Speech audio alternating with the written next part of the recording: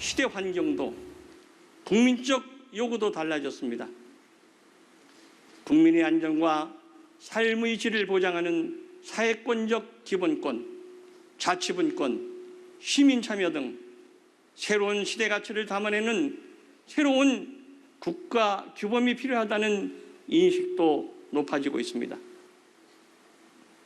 대전환의 파도 앞에서 우리 국민을 지키고 미래를 열기 위해 우리 헌법의 개정이 불가피한 시점이 왔습니다. 우리 사회는 오래전부터 개헌의 필요성을 절감해 왔습니다. 국회 차원에서도 이미 수많은 개헌 논의가 있었습니다. 20대 국회만 하더라도 여야 합의로 헌법개정특별위원회를 구성하고 1년 반 동안 진지한 논의를 했습니다. 저 자신 특별위원회 30여 차례 회의에 모두 참석해서 깊은 논의를 한 바 있습니다. 넓은 공감대 속에 당장 합의할 수 있는 수준에 이른 것도 참 많았습니다. 그러나 여야는 또다시 권력구조 등 정당의 이해관계라는 마지막 고비를 넘지 못했습니다. 이제 시대 변화에 발맞춰 헌법을 개정할 때가 되었습니다. 앞으로 정치 일정을 고려하면 내년까지가 개헌의 적기가 되겠습니다. 코로나 위기를 한곱이 넘기는 그 순간부터 개헌 논의를 본격화합시다. 정치권의 이해가 아닌 오로지 국민의 뜻을 받들어 시대 정신을 반영한 새 국가규범을 만들어 내어야 합니다. 미래를 직시하며 대전환의 파도를 헤쳐나갈 사회적 합의를 이뤄냅시다. 권력구조 문제는 20대 국회에서 이미 충분히 논의됐습니다.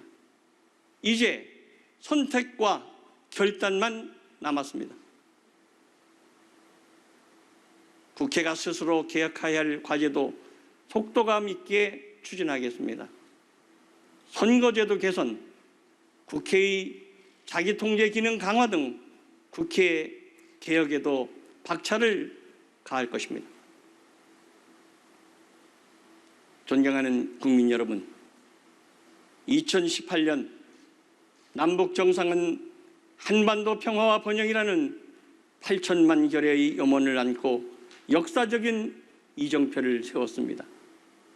세계를 놀라게 한 4.27 판문점 선언과 9.19 평양선언이 바로 그것입니다. 그러나 불과 2년이 지난 지금 우리는 또다시 한반도에 긴장이 고조되고 있는 상황을 무거운 마음으로 마주하고 있습니다. 초심으로 돌아가야 합니다. 이럴 때일수록 온결의 염원을 가슴에 다시 새겨야 합니다.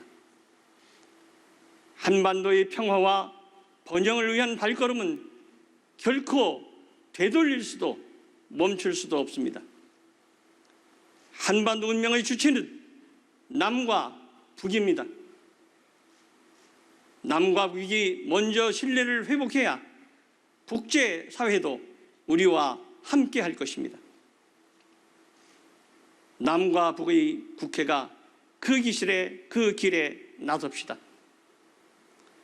이를 위한 첫걸음으로 나는 국회의장으로서 북측 최고인민회의 대표에게 남북 국회회담을 개최할 것을 공식 제의합니다. 나는 국회의장으로서 북측 최고인민회의 대표를 언제 어디서든 만나 마음을 열고 남북관계와 민족 문제를 진정성 있게 논의할 준비가 되어 있습니다. 남과 북의 국회 대표들이 만나 한반도 평화와 공동번영의 의지를 천명하고 남북관계를 법적, 제도적으로 뒷받침하는 방안을 찾아냅시다.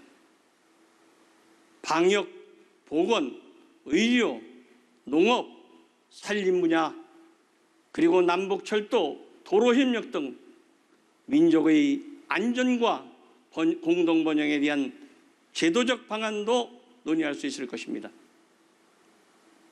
남북국회회담은 한반도 평화에 의구심을 갖는 내외의 인식을 바꾸는 중요한 전기도 될 것이라 확신합니다. 북측 최고인민회의의 담대한 결정을 기대합니다.